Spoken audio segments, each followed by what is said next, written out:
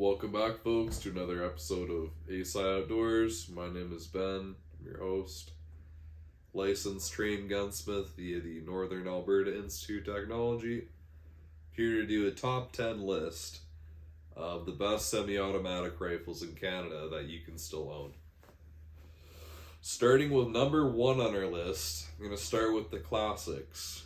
I'm going to start with the Remington Model 8, or known as the Remington Model 81. So it was produced from about 1900 to 1953 by Remington, was designed by John Moses Browning, typically has a 22-inch barrel, and also is in 32 Remington and 35 Remington calibers. It's an excellent hunting rifle, even still today, and was a favorite of Frank Hammer, which was the officer and detective that took down Bonnie and Clyde. So his version sported actually a updated 20-round magazine that he specifically sought out from a military force that specifically made them only for the military. And that's what he used to kill Bonnie and Clyde with. And then number 2 on our list is going to be of the same gangster era, Winchester 1907 self-loading semi-automatic rifle, which is in .351 Winchester caliber. And it has about a 20-inch barrel on it. Uses kind of a funky charging handle cocking system, which is underneath the barrel. A little bit of a plunger tube that you push in. Interesting design. Never really caught on past that point. Hard-hitting rounds, suitable for deer. Favorite of the police forces of the day. And they even made a 10-round magazine version specifically for the police forces. So it was featured, both those guns, number 1 and 2, were featured in the movie The Highwayman with Kevin Costner and Woody Harrelson. Very, very cool guns, piece of history. Not a whole lot that we can have left right now that is kind of cool history, so definitely, if you see one of those, pick them up. Both of them are in about the range of $1,000 to $2,000. And number 3 on our list is going to be the Turkish-made Citadel AD500. And that is chambered in .308 caliber. Features a 20-inch barrel that is free-floating and is an action very, very similar to like a shotgun that's semi-automatic, kind of almost a Benelli style, which is kind of interesting. A number of guns that have recently came from Turkey kind of sport this style. The only kind of negative is, of course, with a free-floating barrel, you're going to have less accuracy than you would if it was fixed. And if you go to use something like a scope, every time you take the barrel off, if you're going to clean it, you're going to have to then readjust your scope slightly to account for the slight change in the barrel where it's seated. With that being said, it's about a 5-round semi-automatic. It's about the cheapest option for a brand new semi-automatic rifle on this list. And it's very suitable for hunting. I would definitely suggest it. Of course, with the only negatives that I said being the free-floating barrel. And also, when I did pick one up myself, I found it to be quite front-heavy. That's another thing to kind of note if you're looking into one yourself. It is a little bit front-heavy. Number 4 on our list is going to be the Akdas Alcor, which is a hunting rifle in .223, 5.56 caliber, and it accepts AR-style Stanag magazines. Notably, there's been a couple issues, I believe, with the cross magazines or the LAR magazines. Either one or the other, don't quote me. I found it when I picked it up myself that the rifle was substantially better balanced than the previous mentioned 8500, and I found it to sit nice in the shoulder, have a nice weight to it, was quite balanced well. The only other negative is, similar to the 8500, it also uses a floating barrel, so the same issues with accuracy and scope mounting are going to also be present on that rifle. Just something to kind of note. Definitely, though, a good choice going forward. Roughly worth around $1,500 Canadian, give or take, at the filming of this video. Number 5 on our list is going to be the Ruger Model 44 or Ruger Deerfield Carbine. The Ruger 44 was designed in 1960 by Ruger, was produced from 1960 to 1985, uses a tubular magazine, and it holds 4 rounds of 44 Magnum. The Ruger Deerfield Carbine was made from 2000 to 2006, and that uses a 4-round rotary magazine.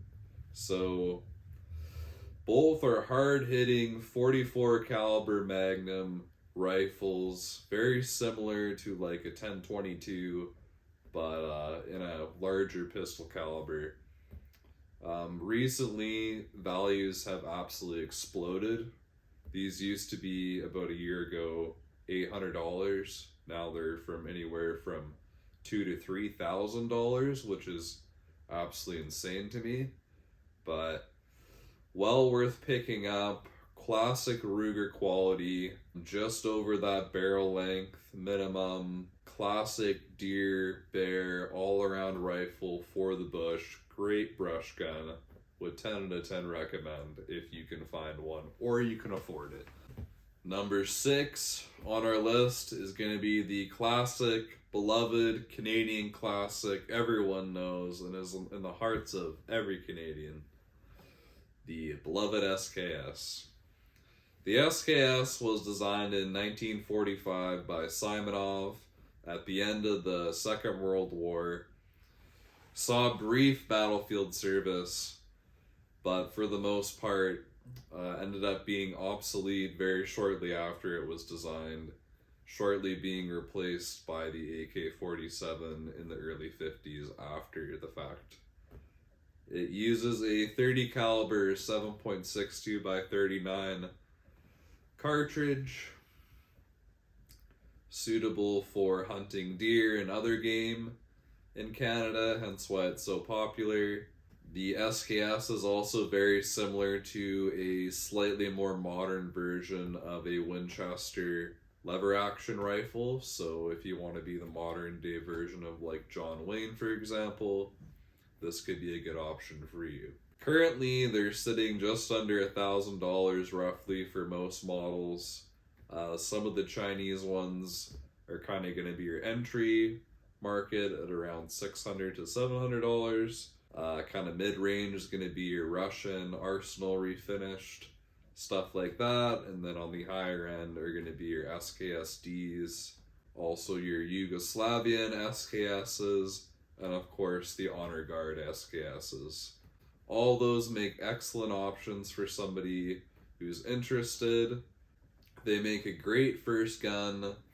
Ammo is still plentiful and cheap compared to other options that I've mentioned previously.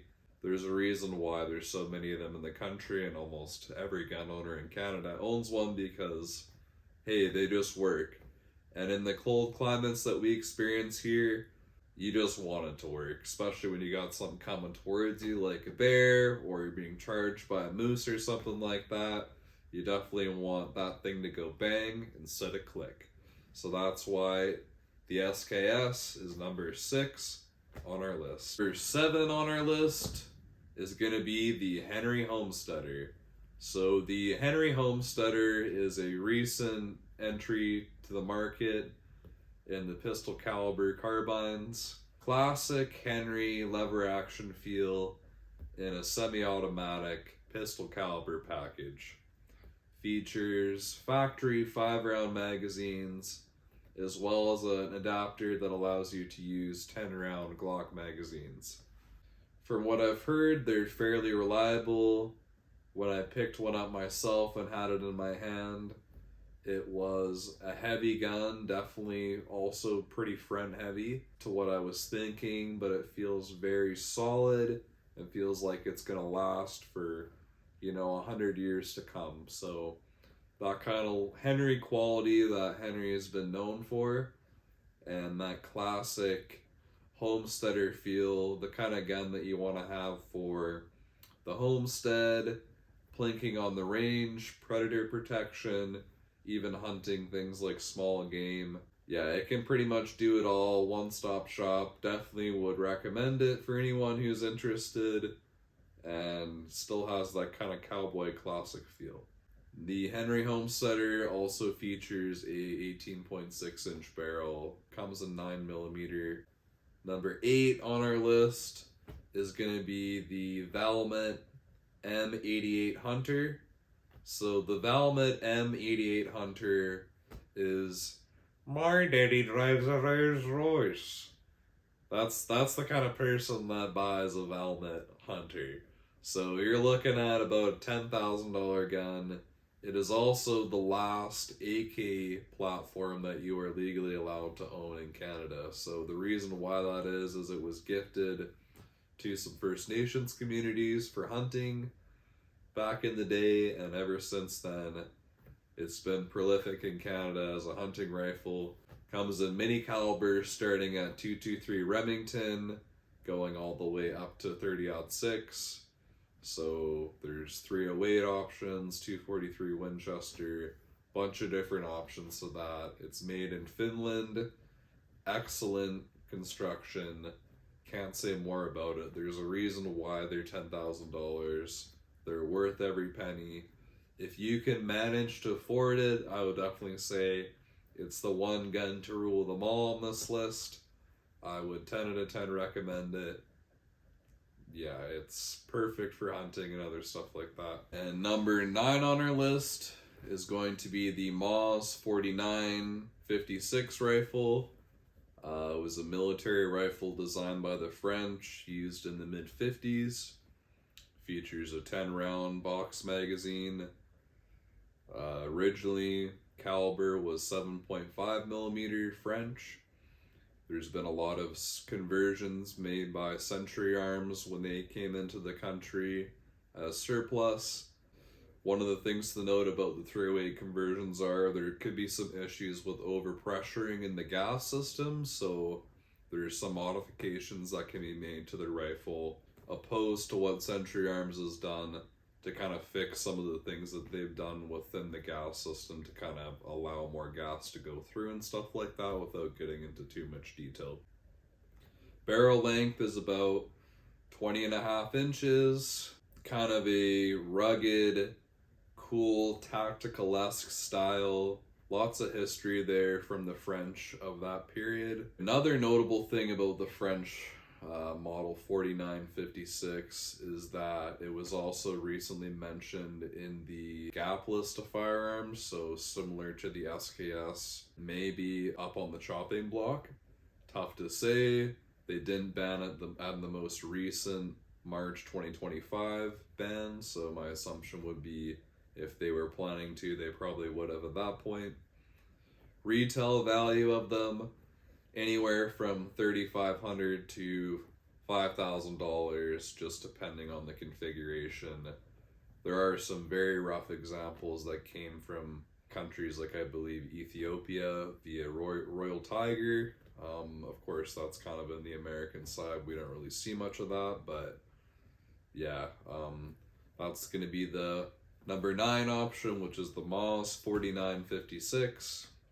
Number 10 on our list is going to be the Browning Bar sporting rifle, which was designed in 1967. The Mark I version goes from 1967 to 1993. Mark II version is 1993 to 2016. And the most recent version is 2016 to now, so it's been about 10 years since that one came out.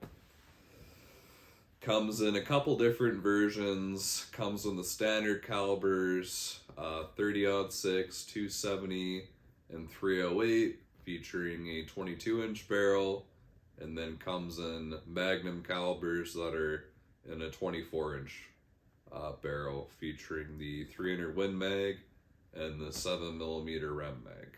Typically, in the standard calibers, it holds 4 rounds. In the Magnum calibers, it holds 2 to 3 rounds in the magazine. A classic Canadian sporting hunting rifle that has been around for generations, that has killed many deer, many deer. I started to sound like fucking Trump. The Browning Bar sporting rifle. The #1 rifle. I love Browning. So Browning has made a name for itself for reliability, of course. You know, being one of the oldest firearms companies in existence, with John Moses Browning himself. You know, have guns like the Browning High Power, the Browning Bar that was the military, fully automatic variant, and just a lot of history there. So now these are made in Japan. As a gunsmith, a lot of gunsmiths personally don't really love to work on them. Metallurgy is not really known to be the best on them, just from my personal experience and what I've heard throughout my time working as a gunsmith. So just my personal opinion on that, but an excellent starter option for somebody who wants to get into something that they can just go buy brand new at the store and likely last them for their lifetime. It's a buy once, cry once. When you have 50 years of history to work on in a rifle, from the first iteration in 1967 going to now the Mark III that came out in 2016, they've had the time to polish out all the flaws that ever came in that thing and really dial it in. So that is going to be my number 10 option for somebody.